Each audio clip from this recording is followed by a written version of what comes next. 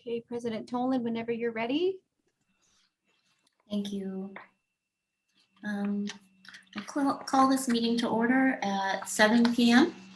For the audience tonight, I'm the president and serve as the presiding officer for tonight's meeting. Before we move forward, I would like to announce that in response to executive orders issued by Governor Newsom, the city is conducting a teleconferenced public meeting utilizing Zoom video communications. This allows the city to continue to conduct essential business and comply with public health administration recommendations to protect the public and city employees, practice social distancing, and limit exposure by not allowing in-person public meetings. To ensure that the public will be able to participate, public comments can be submitted as live comments during the Zoom meeting and via email at publiccomments@cityofglendora.org. Madam Clerk, would you please conduct the roll call? Yes. Thank you, President Tolan. At this time, I will conduct an oral roll call and request that each trustee respond with present when their name is called. Trustee Blum. Present. Trustee Flowers, I believe, is absent. Trustee Landman. Present. Vice President Chu. Present. President Tolan. Present. 4 of 5 trustees are present. Thank you. Thank you. Trustee Blum, would you please lead us in the Pledge of Allegiance? Certainly. Please join me in the Pledge of Allegiance. I pledge allegiance to the flag Of the of the United States of America and to the republic for which it stands, one nation, under God. under God, indivisible, with liberty and justice for all. Thank you. Does anyone wish to reorder or add to the agenda tonight?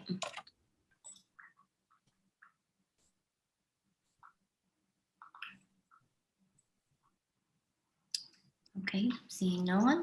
We'll move on to the opening the public comments period.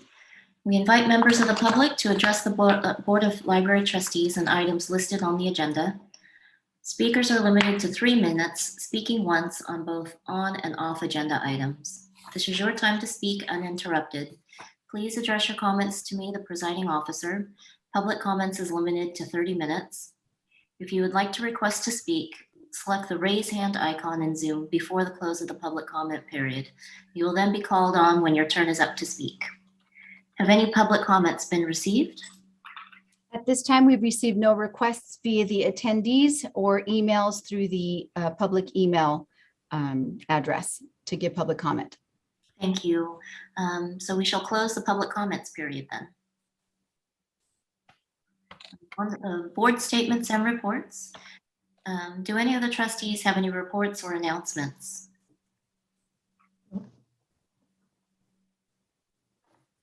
Okay. We'll move on to item 2. The director and attorney statements. Director Stone, would you please report? Absolutely. Good evening, everyone. It's good to be here with you in 2022. Nice to see all of you. I do have a few updates to the written report that is in your packet available online. First of all, most important is that we have joining us tonight our brand new, and I do mean brand new because she started at 11 o'clock today, full-time administrative assistant, Gabby Thompson is with us. So Gabby, we're so happy to have you on board. Thank you for, taking us on. We're glad to have you here. We have lost a library aide 1, part-time library aide 1 who has resigned out of our new batch, but the cycle of life continues. And in addition to the ones you've seen in the report, we also have a library aide 3 who has joined us, Linda Scolinos.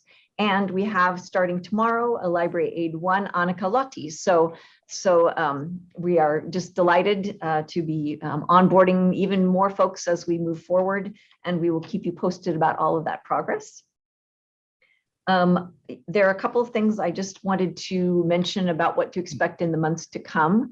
I have not included a separate report here about planning for the joint meeting between the board and city council, because as was reported out of closed session a few meetings ago, there are some structural anomalies with the building that are being looked into, and pending that report, it seemed best to have a joint meeting when we knew if there was anything there to discuss with council related to that. So my recommendation is to put that on hold, and that's why you're not seeing a separate report on the status of that this evening.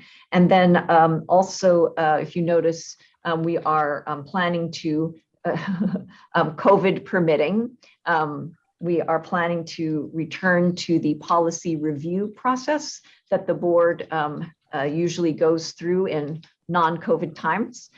So hopefully we will have a policy to bring to you for consideration for update next month, but stay tuned. It's, these days, that sort of thing is a moving target. So those are my additions to the written reports that you have, covering sort of two cycles, because we did not have a regular meeting in the month of December. And I'm happy to take any questions if you'd like.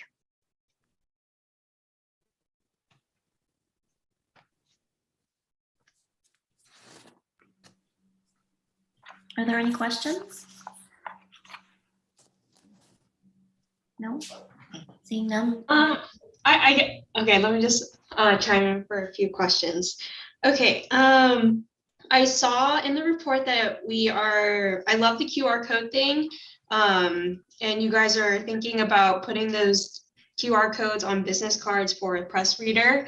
And is this just limited to doctor offices? Or are we also thinking about putting them in like local coffee shops, or other places in downtown Glendora, or any other local businesses? Well, we are looking forward to offering them anywhere, this particular card, anywhere that people wait.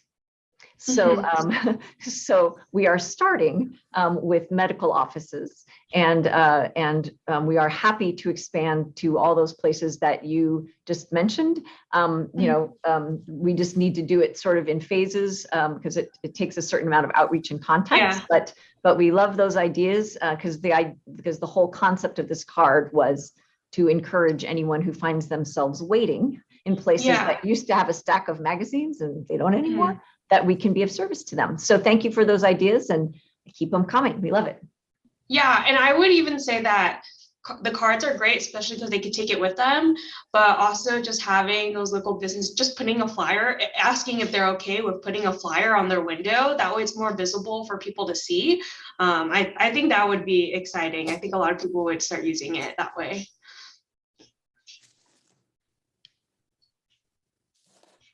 Thank you. And I think I'm just scrolling through the report to check my notes, but I think that's it. That's my only comment. Thank you. Thank you. Are there any other comments or questions? We'll move on to agenda item 3, special items, library goals, metrics, and budget update. Director Stone, would you please report? Thank you very much. So we have 3 different kinds of things for you this evening. Next slide, please. We are going to start with a review of goals. This package of stuff is something we traditionally do here at mid-year, just to keep you updated in the course of the fiscal year. Next slide, please. So beginning with the goals, what you have in your packet, and we'll be going over some highlights of those here in the presentation, but what you have in the packet are the goals as listed in the 2-year fiscal year 22 and 23 adopted budget. Many of the goals that you see in there also reflect the goals in the city's 2020 through 2023 3-year strategic plan. The updates that you received include a couple of things. They include updates provided to City Council in November of 2021, and they include some pending and tentative, less official, if you will, updates that are made on an ongoing basis behind the scenes by city administrators and managers, and that have not been formally reported on, but we understand that this is the current status of those projects. So stay tuned for more on some of those. Next slide, please. Okay, so some things that have been impacting the goals. First of all, just the fact that we are now working in these last couple of budget cycles with a 2-year budget. So obviously the goals that are proposed have in some cases a longer timeline than they did in the past with a 1-year budget. Obviously the COVID-19 pandemic has had a lot of impacts, including supply chain issues. So not just what's impacting the staff and the traffic patterns in the library. Also, transitions ongoing in some of our partner agencies, our sequencing of our projects with related city initiatives, since a lot of what you're looking at here are things that have citywide parallels or impacts. And then, of course, staffing vacancies have also been impacting these. Next slide, please. Okay, so on to some of the highlights from the document that's in your packet and available online. First of all, it's just great to know that the city is seeking a professional consultant team to look at the library staff classification and compensation study, so that we can just get up to date on how the staff is paid and structured. We also, there has been some questions, wonderful, welcome ones about the library and how it's represented in city communications. And they are about to launch their strategic planning process on communication citywide. So of course, the library will be part of that. So you'll see that coming forward, and that's a great thing to see moving forward on those goals. The Glendora Public Library Friends Foundation, we are taking that memorandum of understanding to City Council tomorrow night, as a matter of fact. So hopefully we will be able to get that moved along through its final phase. And the community survey that happens every 2 to 3 years and that the library has been instrumental in helping with, we have that process is now underway, and we started meeting with that consultant to get that moving forward. Next slide, please.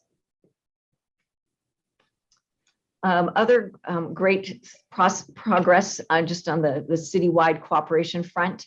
As we work on our modular main floor project that the Friends Foundation has been so kind to fund, we have been having just great support from Public Works and Information Systems and Finance, who have met with us regarding all different aspects of how to make these moving pieces fit together. Elke and I have been able to take part in some interesting demonstrations and discussions about some planning software that they will use for capital planning, in other words, facilities planning, that promises really some great analytical possibilities for the city in terms of how to maintain its facilities. We, of course, we're happy this fiscal year, July 1st, to return to our pre-COVID main floor hours, and even more recently to bring community groups back to our meeting rooms. And as you see in the picture here, we have installed some new self-check machines. Next slide, please. So continuing with some of our favorite things so far the fiscal year, we have been successful at making pandemic adjustments to everything from story times to gingerbread house decorating to the stuffed animal event to our summer discovery challenge. So all of that just keeps happening for the public. We are continuing our leadership program for teens, and most recently they learned about some time management skills. And our teachers in the community learned about the library resources at some staff development days as well. We were very grateful to have the opportunity to present directly to them what it is we can offer to their students and to them. And as already mentioned, we have this campaign to offer fast and direct access to our resources through a variety of QR coded tags and publications. Next slide, please. A few more. even though at times we were down a third of our staff, we've kept moving. So we are still connecting the Glendorans with the world of ideas in all sorts of ways, opportunities to connect with the aquarium, with the historical programs, with nutritional information, with international games. We are looking forward to the release in the coming months of our mobile app, and which is a sneak mock-up over here on your screen right now. We'll see how that develops further as time goes. And also our community has been learning about the reliability of information through some interesting outreach to nonprofit and to donors on Giving Tuesday. Next slide, please. So those are the highlights of our goals. I know that the questions slide doesn't actually show up until the end, but I think I'm going to stop here for a moment and ask if anybody has any questions at this moment. I don't have any question. I was going to ask this teen leadership program. I think that's kind of a work in progress. Is being created there as far as the teen leadership stuff goes. And if that be true, maybe we could get a presentation when it is somewhere along the line of a little more developed than it is, or whenever you would think it's appropriate. So I will say that it's up and running. And what's under development is really just getting the word out and sort of creating some momentum and some critical mass for that. And as for when we can do a presentation, we can do that anytime and multiple times along the way. And I will let Cindy say a few words about that because that is really her team's brainchild. Cindy, would you like to weigh in on any of that? Thank you. Yes, we'd be happy to, to present on that whenever and, however you think would be appropriate. Really the teen leadership, we're taking a look at the overall teen volunteer programs and teen programs and really looking at what the teens need from the library, what they need in general. We're looking at, ability to make connections with other teens, leadership skills, job like in-person hands-on job experience, how to build resumes, things like that. So we've taken some of those needs that we know that those students have, and we're creating like a multi-pronged approach. So we have some of the workshops, the leaders in training workshops, like the time management thing. We've actually just this last week had the first meeting of our youth advisory board. They were able to get together for the first time in person since the pandemic. So we were super excited to have them back in person. We'll be looking at our Discovery Challenge volunteers, of course, year-round volunteers, and really looking for how that meets those, those needs of the students. The workshops, the training, things like that are going to be continuing at least bi-monthly. And we'll be on a variety of different topics. We had time management. We'll be looking at some of our community leaders, potentially some of our library board volunteers as well, to come in and work with the students, tell about your experiences in volunteering with the community and things like that. And we'll be looking at not just the library board, but potentially city council, a variety of different kinds of things. And so that continues to move along. We did have a customer service training that was provided by Chick-fil-A in the fall.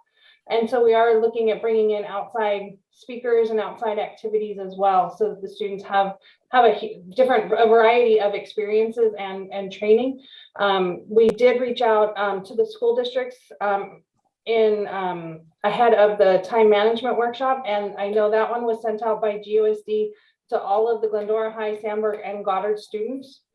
Was sent out and announced, and during the youth advisory board meeting, they did talk about engaging ASB at the high school. And so we're looking at engaging some of those groups to help us get the word out. So does that answer the questions? Yes, yeah, it does. It just excites me to see the library going out into the teen community and helping these kids understand how the world works. And I just think the world needs to know that the library is doing that. And I need to know how the library is doing that so I can tell the world that I'm in at least. Well, we will make sure we get you all of the information possible, Doris. Super. Thank you. And thank you for doing it.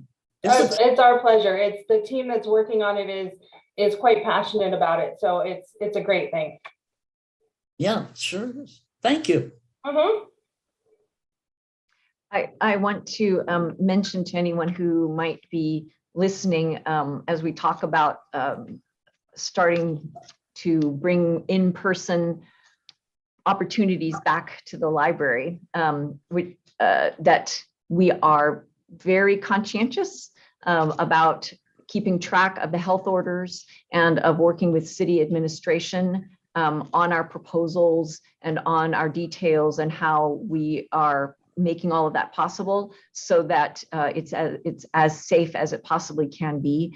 Just to reassure everyone that when we sort of lightly say we're starting this again in person, there's a lot that goes into that, and people can be assured that that it's as safe as it can be, and that if things change suddenly, we have backup plans to our backup plans, and we'll find other ways to make that programming available. So just wanted to throw that in there for those who might be wondering. Any other questions at this point of? How many people, did you tell us a number of how many people are currently participating in in the program and going to those workshops? So we had between 25 and 30, I don't remember the exact number at the time management workshop. The youth advisory board was a little bit smaller this time, but I expect next month will, there was just a bunch of conflicts with the timing for that particular meeting. So I'm expecting to see it growing over time. Oh yeah, I feel like those are really good starting numbers. Yeah, we were very pleased with it. So we're just looking for it to continue to grow and develop and evolve. Perfect. Okay, thank you. Absolutely. Thank you. Any other questions before we move on to our metrics? Of course, you can always ask them anytime along the way. We'll have another opportunity for that or two as we go.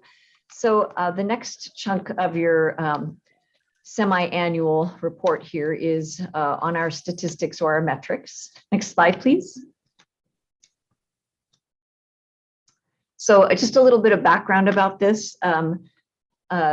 We have a data entry process. Well, we have a data collection process and a data entry process and, a data processing process all along the way to make these reports available. And the data entry part of this has been largely unchanged since, I would say, at least 2005, if not longer. The monthly summary that you usually get that's been on hiatus for a little while. We revamped that starting in 2017 to better show the impact and reach of the library. It is based on these detailed sheets like the ones that you see in your packet and available online. And we started adding to those reports in 2019. We started experimenting with some graphical representations of the data. And one of the things we discovered was that those sheets were not structured to really support visual data very efficiently. So there was a lot of re-entry of data that was necessary. So in addition to all of that, the California Public Library Survey, which is a very substantial and important one that's done annually, is evolving its own data collection. And we were finding that it was time to make some adjustments accordingly. So next slide, please. So one of the reasons you haven't seen the monthly summary for a while is because we have been revamping these sheets that you see here at the mid-year report in your packet. And there's several things we're trying to achieve by undergoing this revision, and it's going to happen in phases, which is why this is so clearly stamped as a beta. First of all, we are trying to reduce some duplication of data among the source files. Like I mentioned, we collect these from a variety of places and enter them and process them, and there was a lot of duplication happening. We're also trying to reduce the re-entry of data manually or by copying and pasting, because that's where errors can proliferate. So if we can streamline that process to help make it more accurate. We're trying to use some spreadsheet best practices so that it's easier to use the visualization tools and create the graphics for you that illustrate these data a little bit better. We are trying to represent and also centralize those data that are required by the California Public Library Survey, because we had been collecting most of them, but they were scattered around, and so we're trying to centralize that. And as we go, you will see these detailed sheets change some more, because we will also be trying to ensure that the descriptions we're using are methodologically accurate. Some of those descriptions have not changed in many years either. So there's a lot of sort of cleanup that is yet to come with these sheets that you're seeing. Next slide, please. Okay, so I mentioned that these were a beta, and here's one example of something that we noticed even after having saved these sheets for the packet. They are all subject to corrections and revisions because we're revamping so much of them. But you'll see here two tables based on the registered borrower's data. And the one on the left is in your packet, but you'll notice that there are no data for the axis on the far right, the percentages. That's because we had originally designed it, like you see the table on the right, to show the percentage change, which doesn't really represent much since we have only half year's worth of data and there weren't that many changes. And so we took out that line of percent change, but we did not take off the axis on the right. So we're going to be cleaning up that sort of thing as we go. And in fact, hopefully a few of the tables that you'll see in the next few slides as we talk about some of the highlights of these data, hopefully we got that right. But that's just an example of the sorts of things that between over the coming months, we will be cleaning up behind the scenes and creating even a better summary sheet for you and some better tables. So with that, next slide, please. At this point, I'm going to be turning it over to Cindy, who is going to talk you through the impacts and also just some of the things of note in the statistical tables. Thank you, Cindy. Thank you, Janet. So yes, we've had a couple of things that have been impacting the statistics within the last 6 months. We realize that you haven't seen the summary sheets since July. We've included a few numbers here and there in the director's reports, but you haven't seen the whole thing together. So a couple of the things that have affected it within the last 6 months, but also within the last couple of years. The big one clearly is going to be the pandemic. The main foreclosures, health orders, us reopening the main floor, meeting room availability, all of those things, of course, are affecting just the overall numbers. There's no way we're going to have February of 2020's numbers today. So that's going to be a big impact. And then as we see, reopening and some of that different things like that, as we're looking at changing our service model for which service points are scheduled for in-person help for our customers, of course, that's going to change some things. So we've been working with that service model since we reopened in April to start with, and then our full hours in July. Working to make sure that we're meeting the customers where they are as much as possible within the library as well as outside of the library. We're also continuing to clean up our database just routinely. So not only the physical materials, but also the people, inactive accounts, materials that really aren't here anymore that are still showing in our database. So some of those sorts of things are some of the impacts, some of what's causing some of the numbers to be a little bit different. We can go to the next slide. There we go. Also, a couple of things that you're seeing. Facebook, I believe it was in September, discontinued some of their analytics.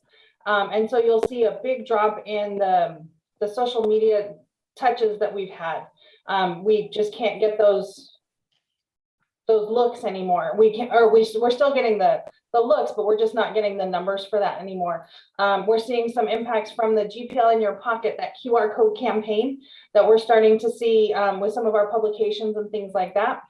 Of course, the public library survey editions, some of those things Janet was talking about with the California State Library, asking for different sorts of statistics. So you're going to see things changing a little bit about that. And of course, you know, the fact that we haven't had our full staffing means we haven't been able to do as much as we try to, as much as possible. Sometimes, you know, when we're down 10 people or however many people it ends up, a third of our staff for a little while, it does impact what we're able to do. So next slide. So a couple of things to note.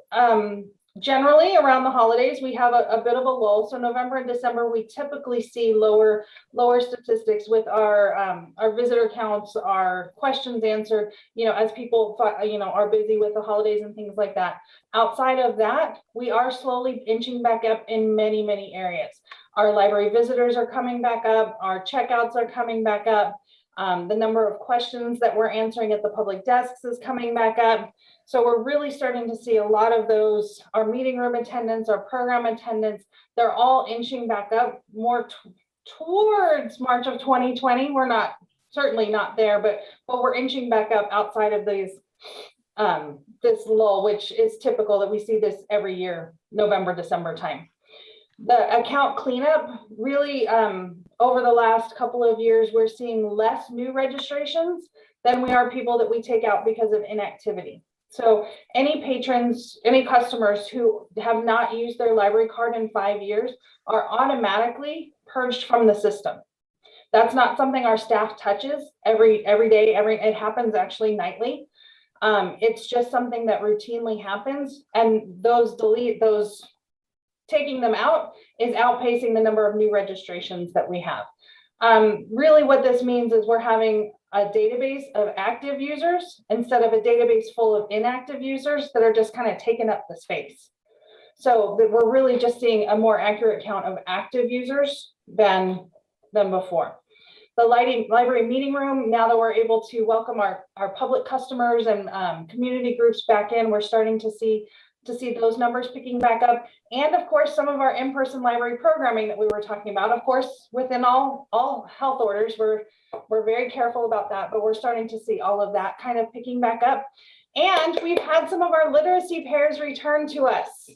So starting in the summer, some of our pairs started meeting in person, one-on-one. We'd had 1 or 2 pairs that were meeting via Zoom during the closures, but we have seen a couple of our pairs start meeting again. So working on their reading skills, and we have started 2 new pairs since that time.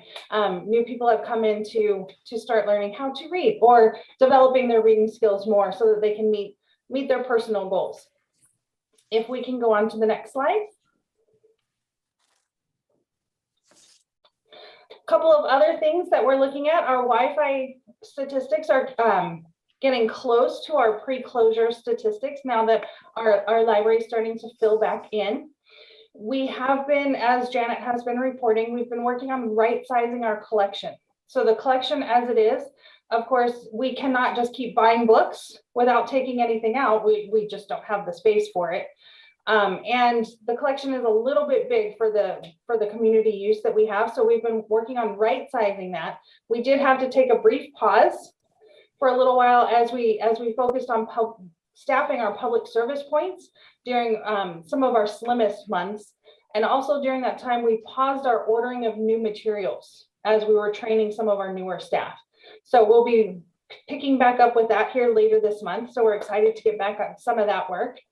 We've also seen a recent uptick in city phone line customers, largely due to the COVID testing, and with some of the results of the surge that we've seen, people that are looking for COVID information, we've seen a huge bit of an uptick in some of those calls that we're getting. Next slide, please. And I think that's it for the overall statistics and metrics and all of that. Janet? Thank you, Cindy, very much. Let's take another pause here to find out if there are any questions before moving on to our budget update.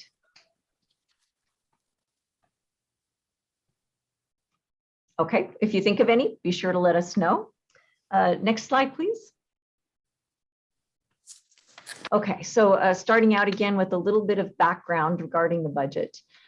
So last May, the board received and filed an update on the proposed 2-year budget and the capital improvement or the facilities program for fiscal years 22 and 23. And then subsequently, that budget was approved by council in June of 2021. And currently, the city is preparing its mid-year review. And I should be clear, it's interesting with a 2-year budget, there's a budget process in between the 2 years, but there's also a mid-year review in the middle of each year. And that's what we're talking about here. So there is no, this is not one of those things where you do your big ask in between the yearly cycles, right? This is just a time mostly for corrections and adjustments. It's not that if there isn't a huge new expense or emergency or, project or whatever that's been unfunded that you can ask for that at mid-year, of course, but generally this is more of an adjustment period. And then when we get in between the 2 budget years, we'll see a little bit different process then. So that's broad strokes. So a couple of things that we have addressed here at mid-year. One, we are talking with finance about how to represent our gas utility charges because of the boilers. And Elke will be mentioning that as well. And then also we noticed that the published budget online has actually some outdated information in the narrative that did not match what we submitted, probably because this was the first time they were using that online system. And so we're hoping to get that cleaned up at mid-year as well. But if you're looking for, wondering if we asked for any new big ticket expenditures or anything like that, we did not. The mid-year review is tentatively scheduled for the February 22nd council meeting. Next slide, please. At this point, to talk to you about impact on the budget and also just to highlight a few things of note from the budget report that's in your packet, I will turn it over to Elke Kafel. Elke. Thank you, Janet. Thank you so much, and happy to be here back in almost in person. So to talk about some of the budget impacts, of course, vacancies for us was a huge impact. The pandemic, of course, facility concerns, the timing of invoices that are received, and also state library projects. Next slide, please. So some of the things that we wanted to point out here as you look through this budget report, if you look at the account numbers that start with 4,100 and 4,200, those ranges, those represent regular and part-time PERS and PARS numbers, which is retirement, and the benefits, and the numbers in those categories, of course, reflect the vacancies that we've had here at the library. We do recommend staffing, so we have some control over that, but we don't really control any of the vehicle allowances, the benefits, the workers' comp, any of that. That is something that is handled by finance. Next slide, please.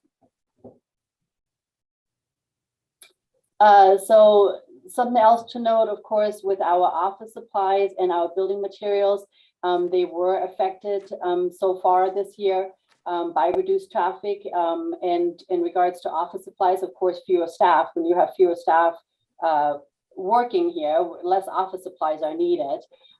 Building materials, besides being affected by the reduced traffic, we have some supply chain issues. I'm sure you've heard about that. We have been trying to order things and we're just not able to get them. Some of them we're looking at months out until we can get some things ordered, and some of them we're just not ordering because it just takes too long at this point. The vacancies impact us as well, because at this point, we just have not had the staff to really sit down and evaluate and research what is needed for our building materials.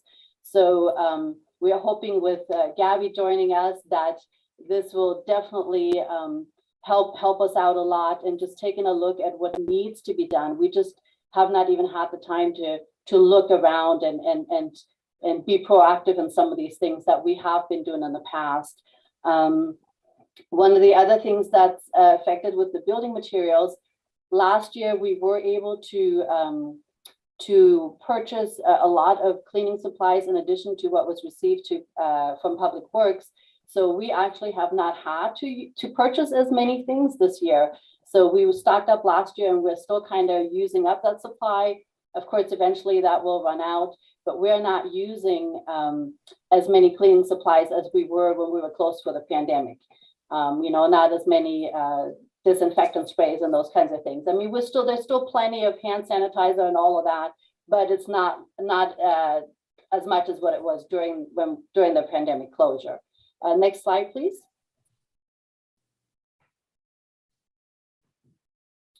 So some other things to point out, our printing line item, you'll see that we've hardly spent any money out of that account. This is due to Friends Foundation funds that we have available for printing. Also, unfortunately, because National Night Out was canceled, and we usually order a lot of printed materials for that event. So that impacted our printing, and we just have not spent as much out of that particular line item. Our bank service charges, I think you may have seen that one before.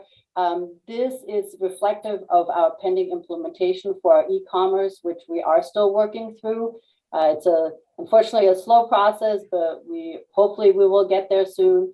And that line item is reflective of those bank charges, and we just have not needed that yet because we don't have e-commerce in place yet, unfortunately. The gas charges, Janet already pointed out, we are definitely using up a lot of those funds in that particular line item. Part of it is due to our boiler. The old boiler is just not running very, very efficiently. It's running pretty high, but we have to keep it that high in order to keep it running. So there's really no way to reduce the gas charges at this point. We just have to go with it. We are looking at potentially having this adjusted for mid-year, so we are working with finance right now to see what we can do about that. And hopefully, once we get the new boiler in place, of course, we will hopefully not have those kinds of issues anymore. We're hoping that's the goal, is that our new boiler, of course, will be a lot more efficient. So hopefully we won't have that for next year. Next slide, please. So for contract services, some of the things to point out there, you see that we still have 53% remaining in that account. Some of our invoices, our e-library invoices, come actually towards the end of the year. So you'll see a big jump towards the end of the year where we have a lot of expenditures out of that particular line item.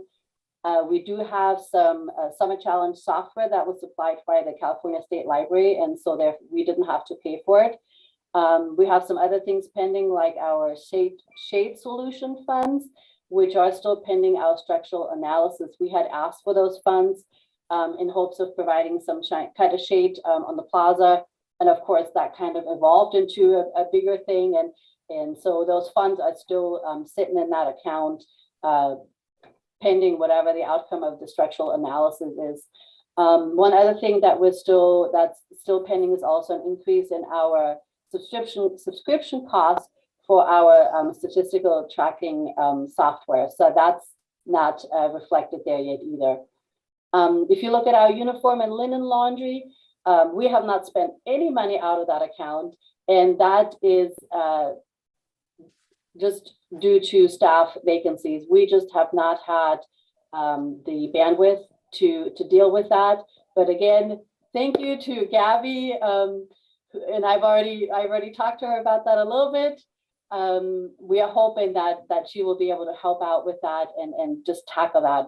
We just have not had the time to deal with it. So we'll be looking forward to Gabby taking that on and moving that particular that item forward and getting us some new uniforms. Next slide, please. So some other things to note, the temporary in lieu of perm, when you see that on the budget report, those are expenses for contracting temporary assistance that we've had during vacancies, just to make sure that we have some staff here that we have some more bandwidth. So we do have at this point one, I believe it's one, right, Cindy? We have one. The contract, yes, we have one. We have one contract person right now still with us to help out. Our 229 funds, which is our library foundation funds, those include carryovers from last fiscal year. It also includes about $25,000 that we received in California Library Literacy Services grant money. And just to point out, the line item 72,000.1 computers, that one is actually the laptops that we have asked for our mobile desks. So once we get our mobile desk ordered, we will get new laptops, and those will come out of that particular line item. Next slide, please. I think that should be it right now. I'm happy to answer any questions that you may have.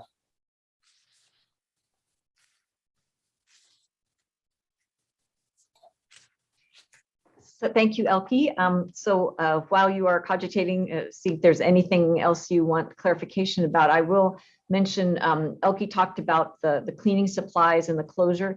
And another thing that it's interesting how quickly, you know, these things fade from memory, but for a long time while we were closed, we were having to quarantine and disinfect materials and that were coming back into the library. And that took a lot of supplies to clean off a lot of the actual physical stuff that was being returned. So as of course, we learned more about the virus and what the safety protocols really needed to be. Eventually, that was not a recommended practice anymore. But anyway, so that's another reason that that we were expending a lot more earlier in the pandemic on that sort of thing than we are now, even though the library is open. We do have a lot of sanitation supplies available, of course, for the public and that sort of thing, but there's nothing quite like having to clean off a bunch of stuff that's getting returned to the library. So any questions? Go ahead, Doris. Me? Yeah, go ahead. I don't know if it's a proper place to ask, but I hear that the city, I should know more about the city and what's going on, but I didn't know that the city has or is going in the process of creating a whole new department of communications.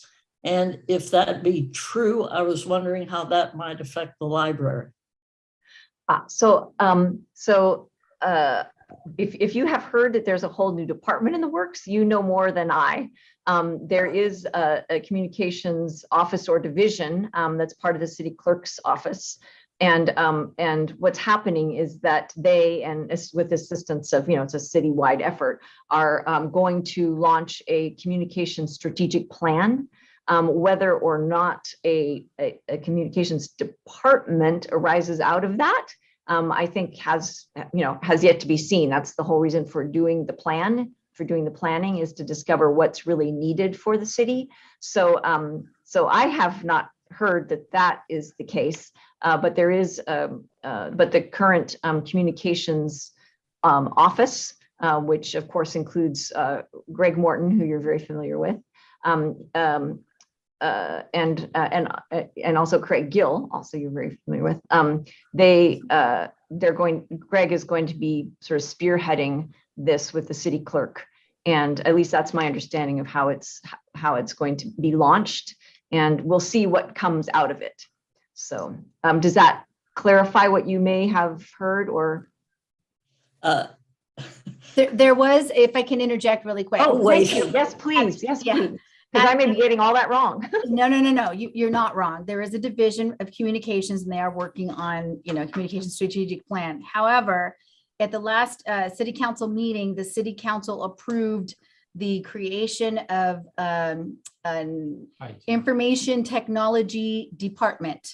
So it had been something that had been in the works for a while, apparently. And there was an approval to make the then manager of IT now a department head, and now IT is going to be its own department. So with that, it's going to be work with, with planning on the GIS systems and all of that. So that'll be part of like the enterprise planning for the entire city. And that's more or less what IT will be doing, but it is its own department now. So thank you for making that connection. I didn't connect the communications question with the information systems department thing. Information systems is what. Thank you for making that connection. I didn't make that. So thank you. So Greg's team with our marketing will fall into the IT department. Is that what I'm hearing? They're two No, separate things. it is still with Okay. the city clerk's office, right? Okay, got it. And the whole, I think, idea of the strategic plan is to work out how partly, I mean, part of the idea of the strategic plan is to work out what sort of presences the city needs to have. So I think saying that the library is going to fall X, Y, or Z is at this point is exactly what they're going to be looking into as part of that planning process. I don't think they're at that, they haven't drawn those conclusions yet. So we look forward to that exploration and to having conversations about all the things, Brianna, that you've been very supportive of and curious about. So the end result is not yet available. That's what's getting launched, is that effort. Okay. So do we have, since it's so early, we probably don't have an expected date of when they would have a draft plan put together. Do you know when we could expect that? I do not. I can try to find out. Maybe Elvia knows. Is there one? At this point, there is, nothing that is set. Everything, since IT has been created and kind of carved out of the city clerk's office with COVID and everything that's going on, I don't know what their priorities have been reshuffled and what they might look like. I'm assuming as things become available, that there will be a report to all the departments. Craig, Greg, Kathleen are very good about making sure that at least if there's a new policy, that something is it rolled out to everybody. So I'm sure that as more information becomes available, they'll make it clear to all the boards, commissions, and departments. And I think that was actually a request from the board some meetings ago when this came up earlier, was please, when that gets underway and that sort of thing, that we can have like a more formal presentation about that here at the Board of Library Trustees. So that's on the list. It just will need to get to a point where there is news to share or processes to ask questions about, or whatever state Greg and team would choose to come speak about that sort of thing. But I know you're all interested in that, as are we. Thank you. Thank you, Elvia. Any other questions? I have a question regarding the budget. Yes, ma'am. Will any of these numbers look to be reviewed or changed during next month's mid-year review? The only one that we suggested get adjusted at this point was the gas utility that we mentioned earlier. Fair enough. Yes.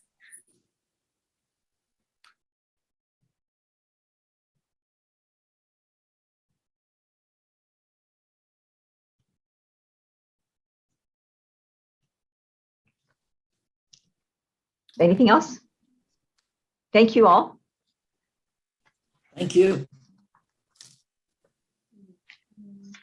Item 4, special items, strategic review and strategic responses update for January 2022. Director Stone, would you? Thank you. So as usual, it's historic that that there are a couple of different ways of looking at our goals and our objectives and what we do. And often they fall in the same meeting, that you see them from one angle, and then a different report you see them from a different angle.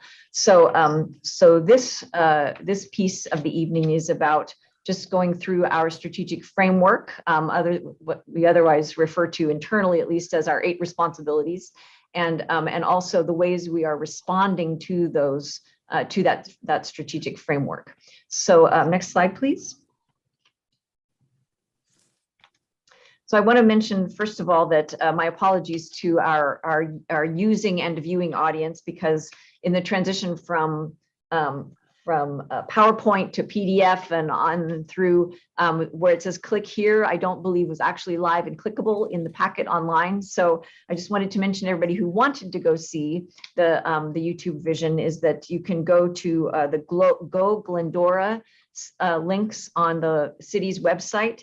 And this is episode number 6 from 2019 has a segment that covers the strategic plan vision in it. So since we lost that live link in all of the conversions between slides and PDFs.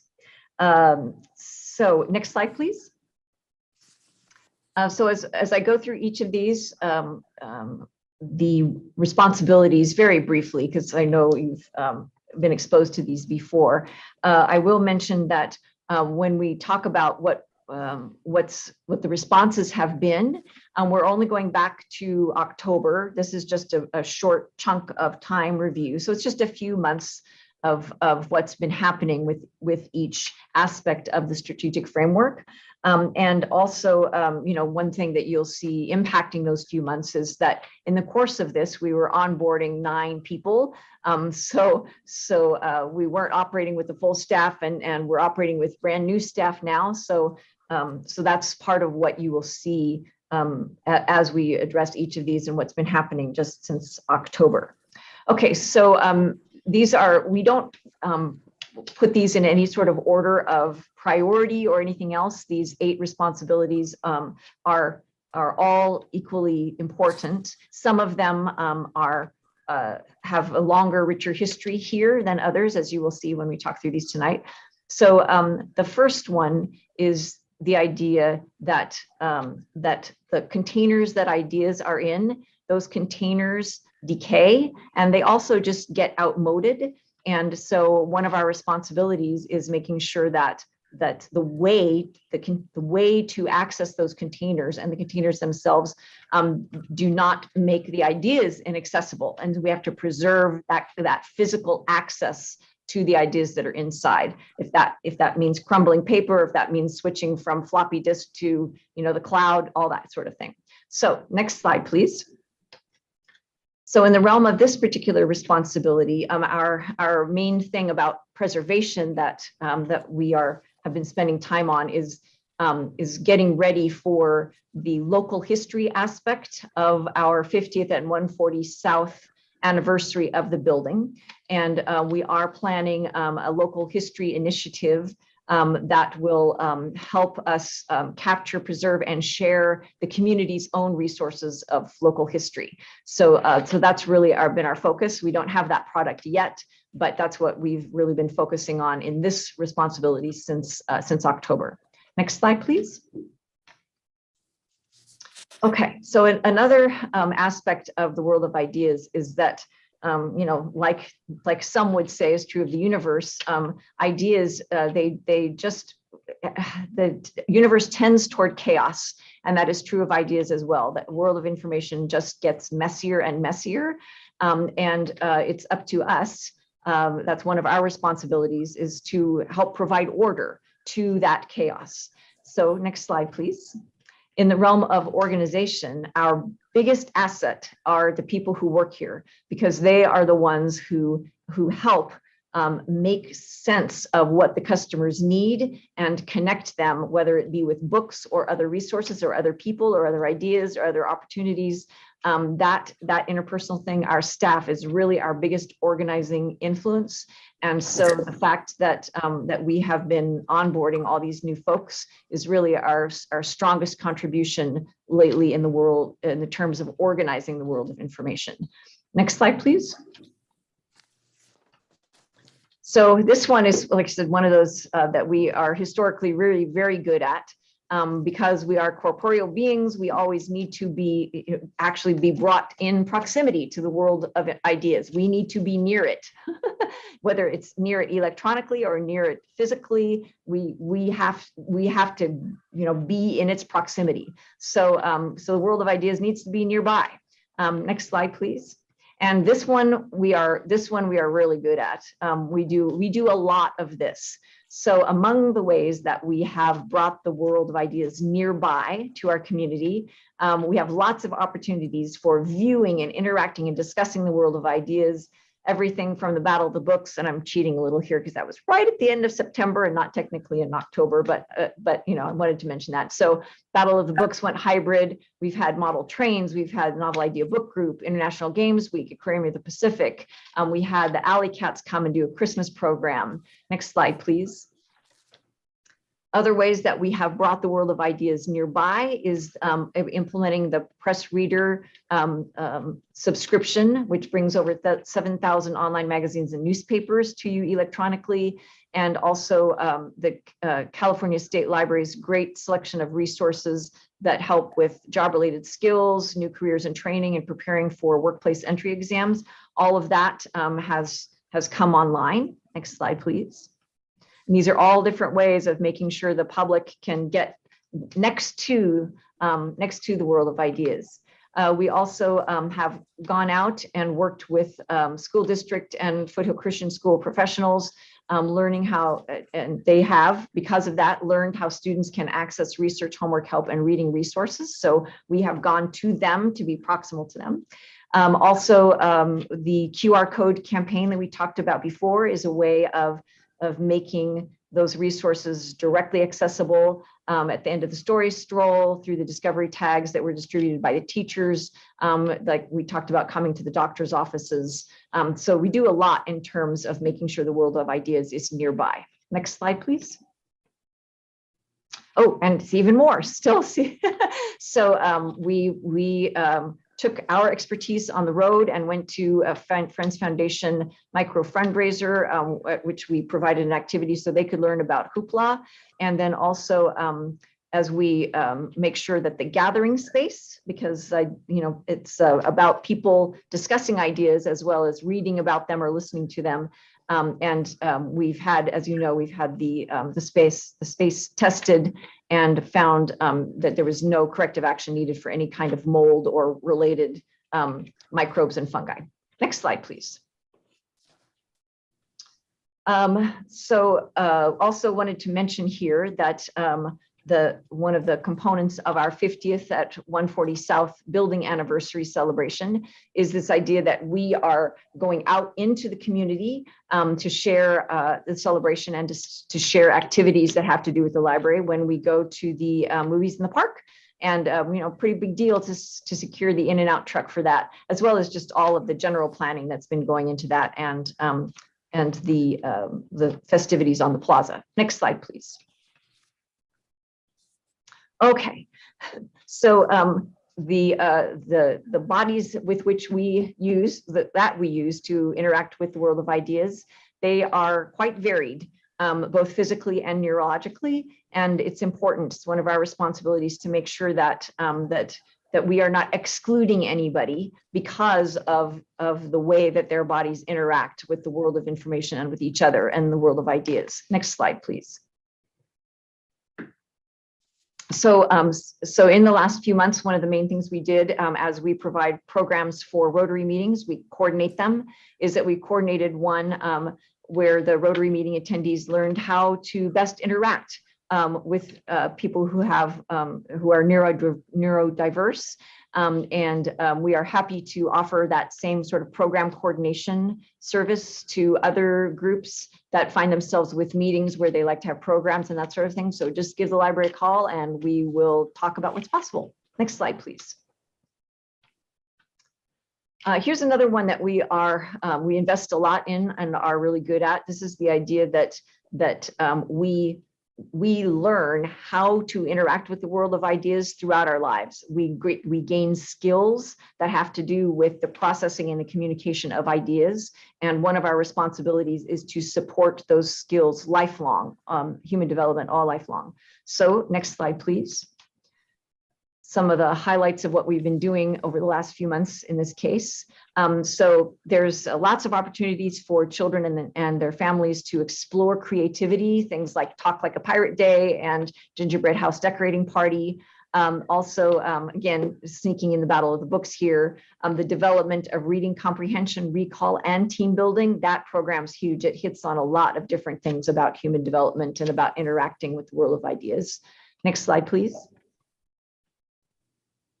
This slide deserves a little correction here. It's not just children's reading habits and skills. It's all ages, as you'll see as this list goes on. So lots of opportunities to develop the ways that we interact with the world of ideas. In and out reading programs, stuffed animal story time, community services, preschool story time and book deliveries, NASA at My Library Challenge, the holiday story time, the winter discovery challenge, and then also explorations of the city's equestrian park and some programming we're doing on nutrient dense meal planning.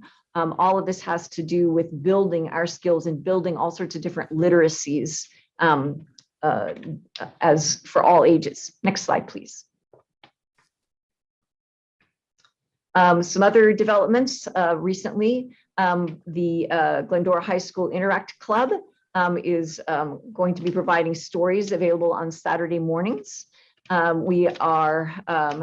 already heard about the teens learning to work smarter, not harder, through the time management that's part of the Youth Library Leaders Program, and also students learning new facts and also how to hone their research skills at the Who Would Win book party. Next slide, please. The Youth Advisory Board starting back up is another way for students to learn all sorts of things, including leadership skills, to help learn how to plan library programs and just planning in general, and also to gain their own service hours necessary. Next slide, please. So again, both the proximity and the human development are areas that we have historically really been very successful, and we are looking at expanding our awareness of some of these other responsibilities, including this one.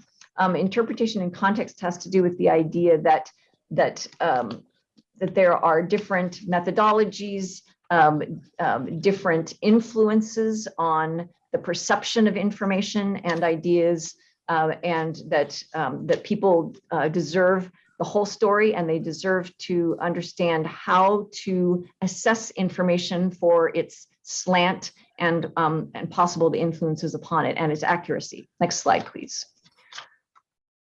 So one of the main ways that we have addressed this in the last few months is by teaching about censorship and its effects during Banned Books Week.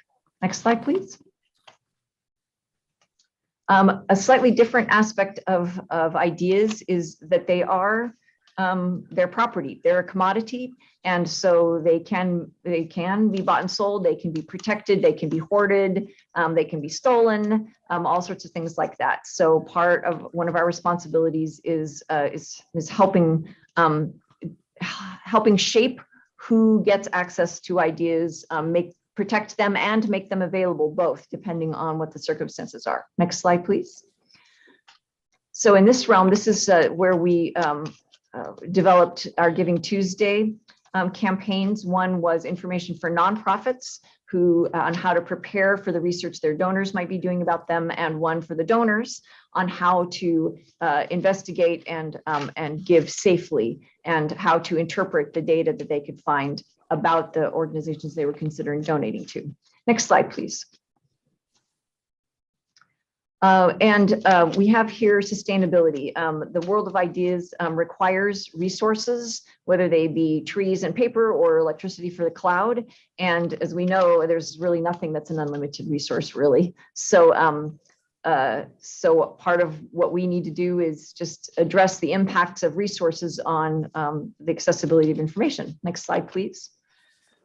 I'm pleased to say that libraries have historically been a reuse and share and recycle kind of theme. And we have a lot more options for the public on how to do that because of our wonderful Glendora Public Library Friends Foundation, specifically the Book Loft. And to me, helping ensure that they are able to work effectively and efficiently, continuing that service is part of what that MOU, that Memorandum of Understanding, is all about. And so that's a huge thing that we've been working on in the last few months. Next slide, please.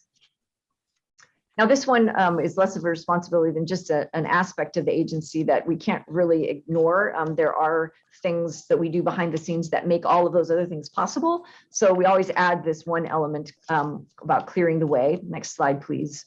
And our main thing, I would say, in the last few months has been our great gratitude and successful grant process with the Friends Foundation. The new grants this year are close to 340,000.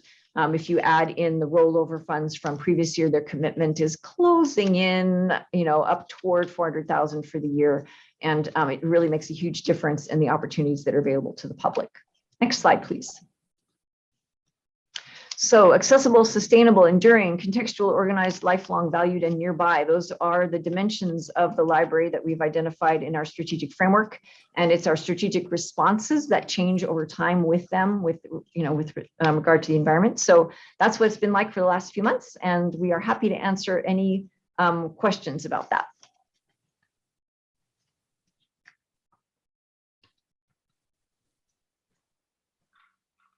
When was this strategic plan developed and when did we sign off on it, Janet? Based on my memory, so I can confirm this for you all, I believe it was 2018. And we presented actually these ideas originally as an example of how we want the kind of thinking that we wanted a consultant to come do. And the board liked the ideas so much, we decided to adopt those as our framework. And the whole idea behind them is that although we want to stay, we want to stay responsive to the community, and it's the responses that change. But if we always keep our eye on these 8 things, that we will always be able to flex and fold and respond to what's happening in community. And that's where the more kind of traditional aspect of strategic planning comes is in how to take this foundation of ideas and use it to support what we are looking to do in the community. But this 2018 was when it was first introduced.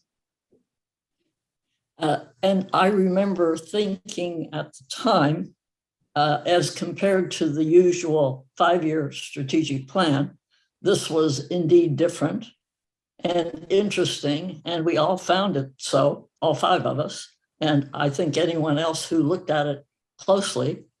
And at that time, we were thinking about a world that was changing faster than usual.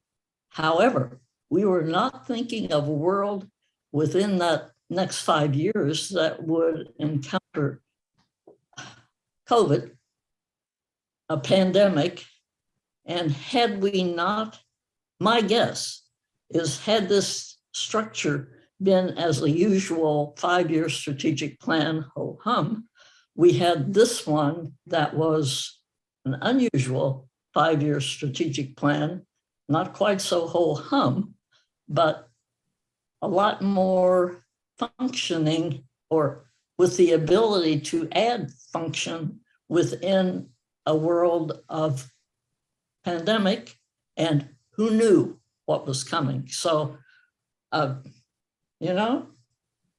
clairvoyant, I'm not sure, but it certainly has been a good thing to have around during since 2018. And thank you for figuring this out. Thank you. Staff for getting us through the pandemic. It's been a tough time. It has. The staff has, thank you for that comment. The staff has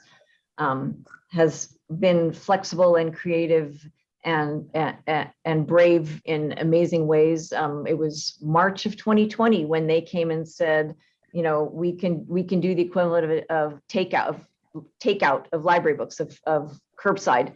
Can we do this? And the administration, my job is to clear the way, but they did it that same month that other places were rolling up. They said, we can do this. And whether or not in their minds, it was, about proximity. The idea is that, okay, we got to get that world of ideas where the people are. So how do we do that? And we open those friends room doors and we hand them a bag of materials that's already been checked out, and we make that connection somehow.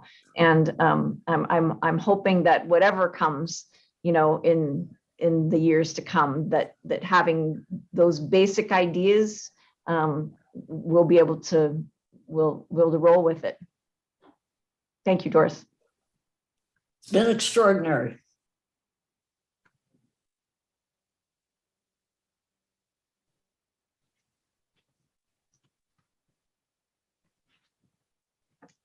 If there are no further questions, I have nothing else about the strategic plan report. Thank you very much. Thank you, Director Stone. Does anyone wish to comment on items 5 through 7 of the consent calendar? Yes, President Tolan, I did want to make a very quick announcement. An administrative correction was needed to be made on the agenda. The second set of minutes that are being approved by council, by the board, rather, that were attached were for the December 28th Library Board special meeting. It was just an administrative error on the title, and I want to correct that for the record so that we get the minutes accurate for this meeting. So everything is the same. The attachments are the same. That's what you'll be approving tonight. I just want the agenda to reflect it. Thank you. Thank you. Okay, may I request a motion to approve the consent calendar items 5 through 7 as presented? So moved. I'll second it. Okay, thank you. That is a motion by Trustee Blum, a second by Trustee Landman. I'll take a roll call vote. Trustee Blum, Aye. Trustee Landman, Aye. Trustee Flowers is absent, Vice President Chu, Aye. and President Toland. Aye. And that passes 401. Thank you. Okay. Item number 8, board agenda items. We have the discussion of the 50th anniversary of the current facility for the Glendora Public Library as requested by Landman and Chu. Director Stone, would you like to report? I would be happy to do a quick review. Next slide, please. Next slide, please. So just a little quick review of the framework under which we are working. This is the 50th anniversary of the building at its current location, not the 50th anniversary of the library, which has been around much longer than that. And we have proposed several goals that we'd like to achieve from celebrating the 50th anniversary of the building. And they include everything from the library as a hub for information, entertainment, and connection, and reintroducing the public to that concept, to the local history initiative that we mentioned earlier. Next slide, please. And chances to reconnect with staff and volunteers and other members of the public that have enriched each other's world of ideas over the last half century. And finally, to gain a greater understanding of the role of the library building and what its challenges are and how we might develop it in the future. Not a lot of detail. I think I skipped over one there, but you've heard these goals every month for a while. So that's the quick and dirty version. Next slide, please. And just a reminder too that there are several things that we are using to help shape this ongoing discussion. Everything from making sure we are Brown Act compliant as the board, thank you very much, participates in the planning of these events, all the way down to making sure that everything directly contributes to those goals that we outlined for the celebration, so that the party itself, which is a worthy thing, also achieves some of those other things that we had in mind. Next slide, please. So again, a reminder that the Glendora Public Library Friends Foundation was kind enough to agree to our grant request supporting the 50th at 140 South Glendora. These amounts total 20,000, they are, and we also have explained to them that we will probably be coming back with another proposal for our to support the local history initiative, which was not yet defined at the time that we submitted for our grants. So we do have this money that has been granted by the foundation and already appropriated by council. Next slide, please. And some time ago, there was a request for a flow chart. Thank you, President Toland, for drafting the basis for this. There have been a lot of developments since that original draft, so I have taken that and changed its angle so that we can address it on a typical screen, and then also added the details that we have since developed since President Toland first drafted that flow chart. So as you'll see here, there are 5 aspects to the celebrations so far: celebratory events, consideration of some sort of commemorative art, informational programs, how we're going to decorate and brand, and then also this local history component. And a couple of cases, we already have dates set. There's going to be, in the celebratory events, there's going to be a ceremony on the plaza on February 28th and a movie in the park on July 8th. And I'm happy to report that all the library teams for the informational programs, the decorating, branding, and the local history have all met at this point and are starting to brainstorm their ideas for specifically how they are going to integrate their work into this celebration of the building at this location. Next slide, please. So really what we are recommending from this agenda item this evening is just to hear reports from me, as you already have, from President Toland, Trustee Landman, Trustee Flowers is not with us, of course, but about their task force meetings and where those planning elements, with the status of them, continuing discussion as needed, and then provide direction to appointed trustees, volunteers, and or staff as necessary based on the discussion.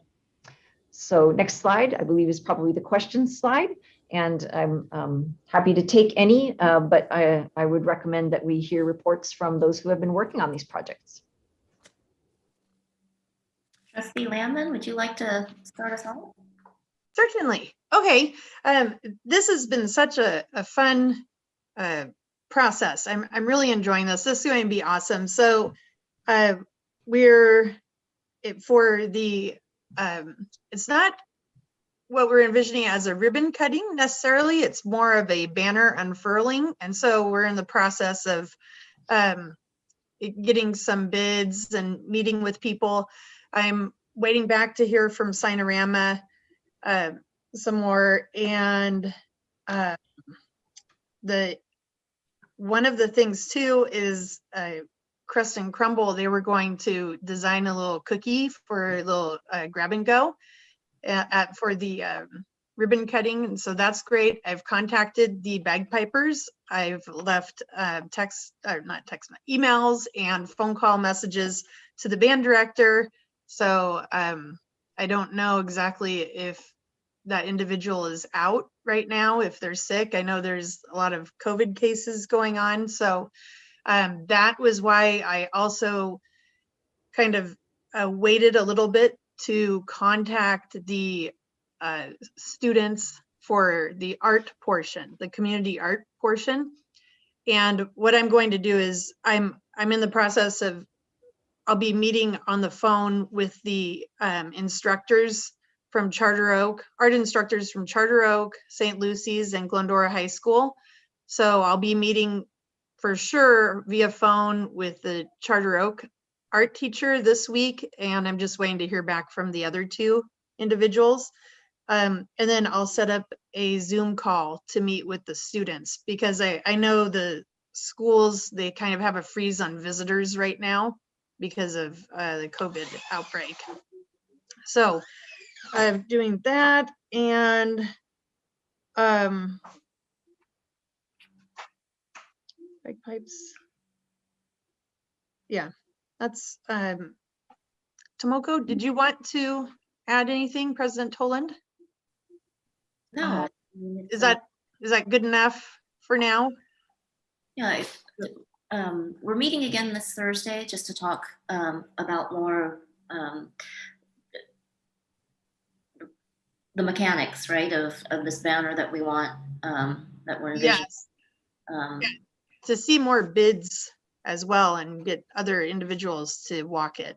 Right. But for the other two trustees, what we would ask is an email back to Director Stone of who you would like to invite for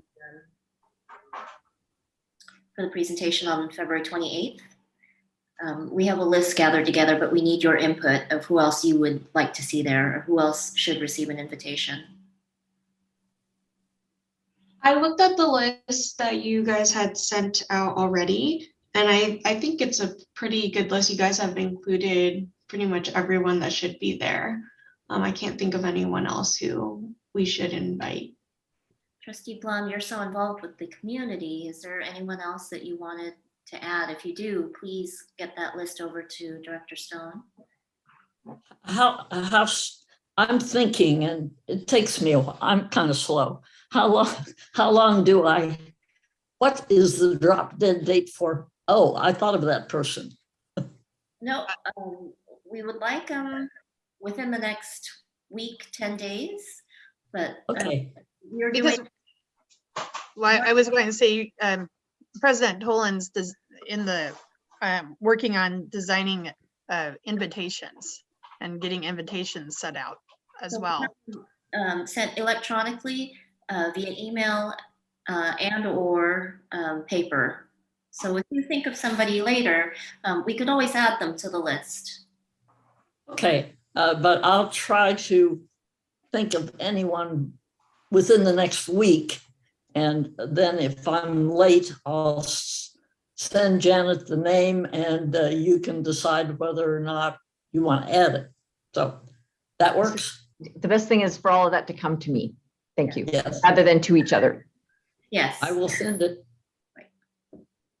I know your number.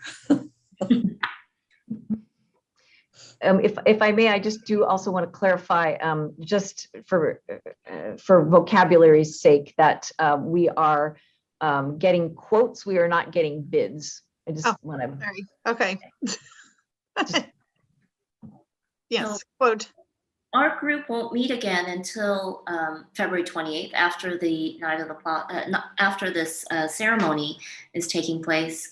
If any of the board members would like to meet prior to that to discuss the ceremony or anything else like that, would you please reach out to Janet as well? And if that's something that we would need to coordinate as a board, please state so. Otherwise, we won't meet again as a group until after the ceremony on the plaza. Okay, so that's, is it because of President's Day? Yeah, It's pushed back. The 28th. Okay, yeah, so that's the same day as the banner unfurling. Okay, right. And thank you for understanding that if we do that with more than any two of you, it will just need to make it a special public meeting. Right. And I just thought of someone, but I have no idea the name. Who was the librarian 50 years ago? And is that person still around? We can check. I just wondered. Might be a good person to invite. Thank you.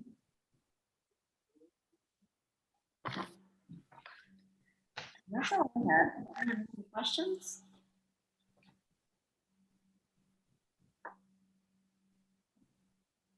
Okay. We can move on. So Elvia, is there anything you would recommend procedurally here? I think that depending on what information comes back to you, Janet, if you feel that it's going to be a little bit more of an effort for you to continuously kind of ping pong information back and forth, it may just be a good idea to have one special meeting to cover one item. And that's just the, the final information gathering on the event that you can do. And then we can just, notice it as a special meeting and then have it, and you can tackle whatever final, last minute details that you need to hammer out. That, it'll become a little more difficult if you're having to sit by your computer waiting for stuff to come in and then sending it out. And then, it's just easier if once you feel that you're close to the end and you just need to tie up these loose ends to kind of set the meeting. So then it's just a matter of getting with the rest of the board, finding what their availability is, a week or so in advance, and making sure that everybody has their assigned duties, and then, then you're in the clear, Brown Act wise. Thank you.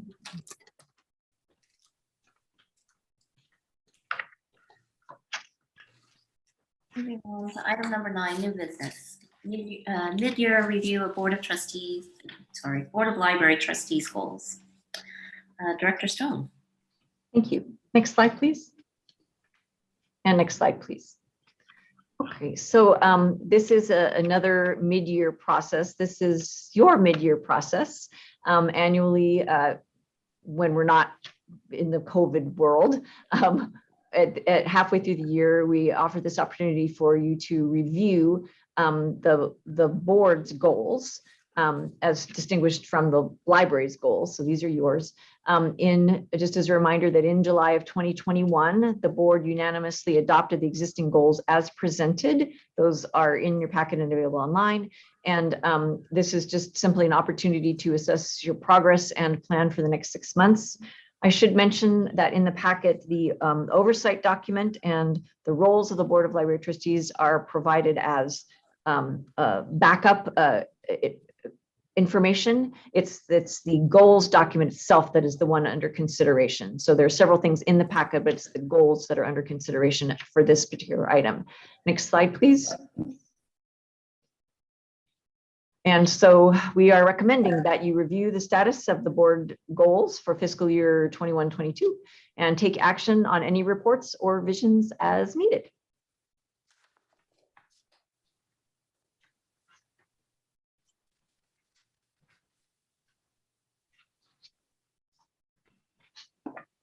Are there any questions from the other trustees?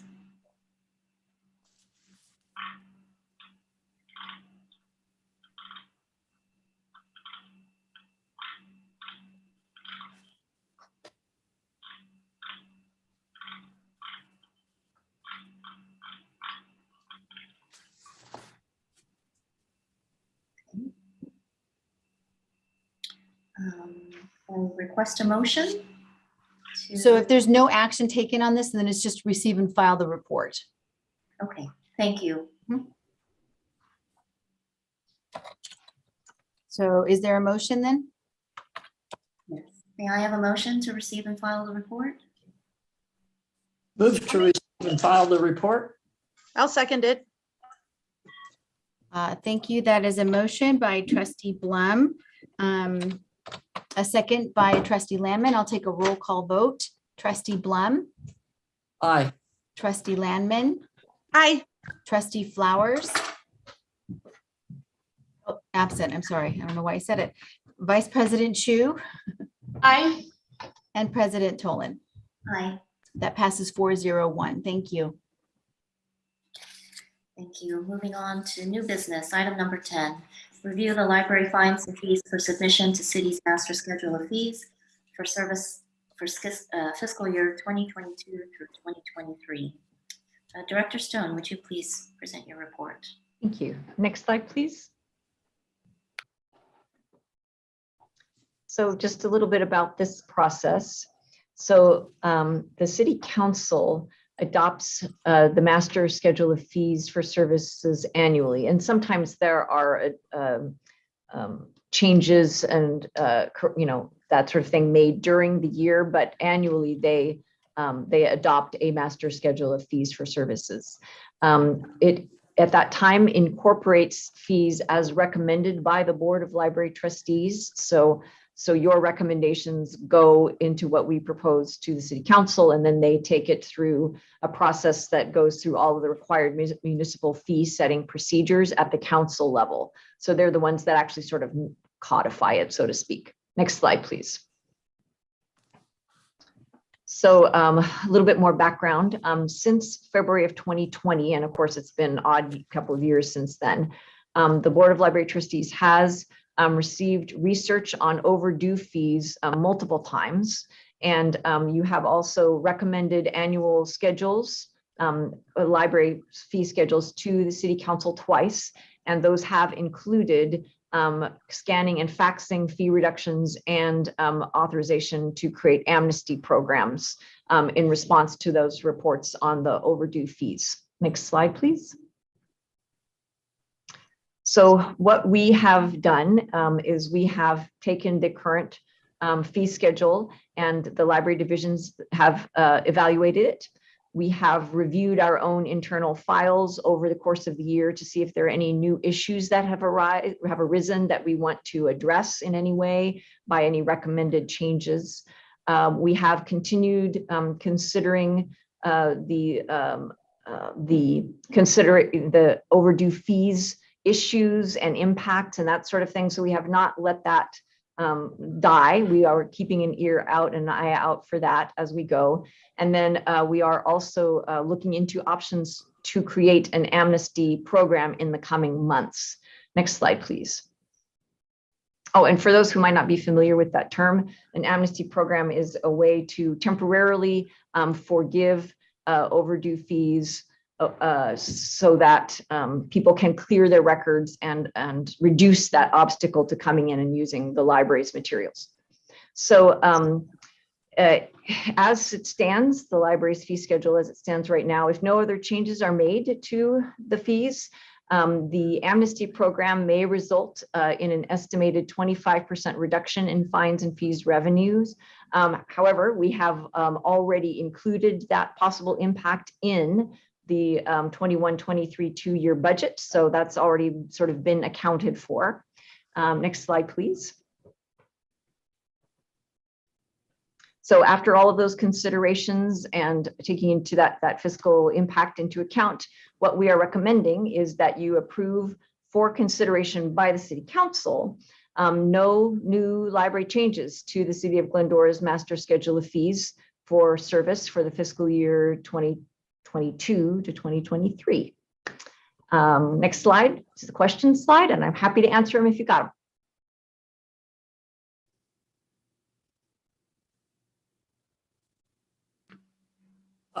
I'd just like to add that I'm glad that you will continue looking at the fees, because I see occasionally libraries locally who are no longer collecting fees for late returns. And I'm aware of the research that you've done, and I'm fine with how things are as they are now, but I have seen no one suggest that they go back to collecting fees who has decided to no longer collect them. So I assume that that may be coming in the future. And so I would encourage, I'm glad that you are continuing to research that. Thank you. I'll add to that. I'm glad to see that there is an amnesty program, and I hope it continues. It's just part of the inclusive nature of this library. So thank you for that.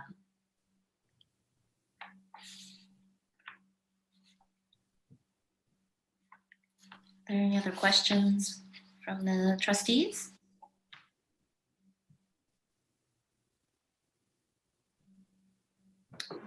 So at this point, Yeah, at this point, we can motion to approve for consideration to City Council. No updates to the master schedule of fees for service for fiscal year 22-23.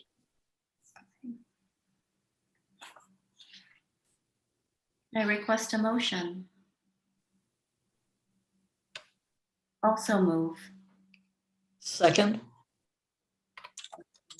Thank you. That is a motion by President Tolan, a second by Trustee Blum.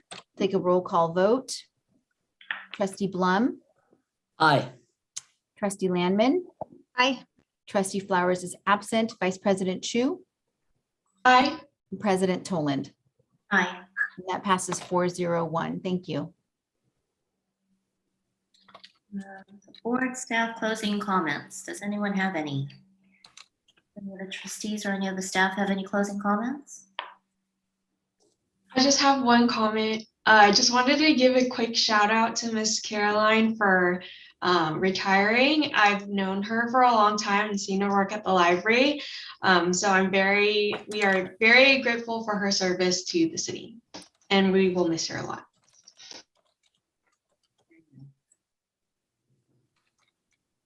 I'd like to add that thank you for all of the work that was put into this month's board report. After taking a break, this one was information packed at a time where you were all very, very busy onboarding 9 new employees. So glad to hear that you have those people on board now and that you're getting the support that you need. So thank you for that. And welcome to Gabby. Yes.